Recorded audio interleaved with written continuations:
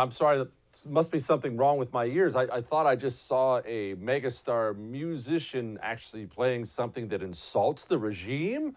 Who would have guts like that? Joining me now, this is actually a special privilege for me. John Ondrasik of Five for Fighting. I say this is a special privilege for me. I messaged John earlier this week and let him know. At one point in time, I was a young, dumb Marine in Iraq, and we used to play Five for Fighting songs to relax ourselves at the end of every single day. We were huge fans of his, of the band, and I actually get to have him on my show now, and it's freaking cool. John, let's talk about me before we get to you. I can't tell you how much I appreciate you, man. That was, it meant something to us, I'll tell you that much. Music is powerful, and it was helpful for us, for sure. Well, Jesse, first, thank you for your service. And when we were chatting, it brought me back to those days. And I have no military in my family, but those initial emails I got from many of your brothers and sisters in arms talking about just that, how they use music in so many ways. You know, you may use it to relax, some may use it to pump themselves up, some may use it to escape. It was so meaningful to me and really got me started on my kind of work for the troops in the USO. So thank you for everything you did, and I'm so glad the songs helped a little bit. They helped much more than a little bit. Now let's get to this one, John. You're not exactly some small-time guy playing in a garage in Bakersfield, California. You have a big stake in this thing, a major career. What are you doing out there insulting the powers that be? You're supposed to be some card-carrying communist. What's wrong with you?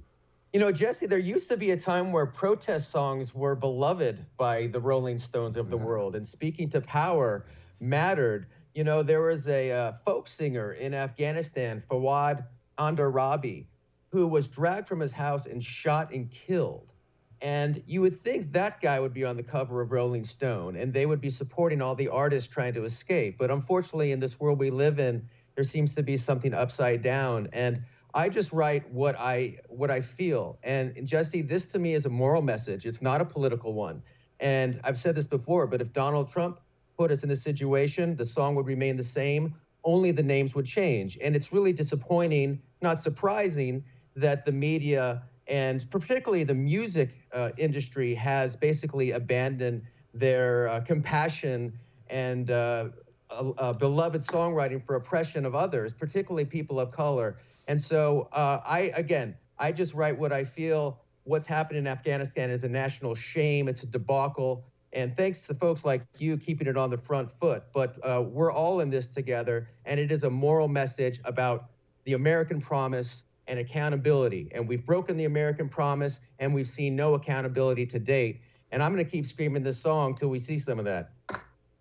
We are, again, I want everybody to make sure you go download it. The song is called Blood on My Hands, and he names names. He names names, and I'm so glad you do, John. I don't want to get sappy about it because I'm not a sensitive or good person at all. But I can't wrap my mind around a couple things.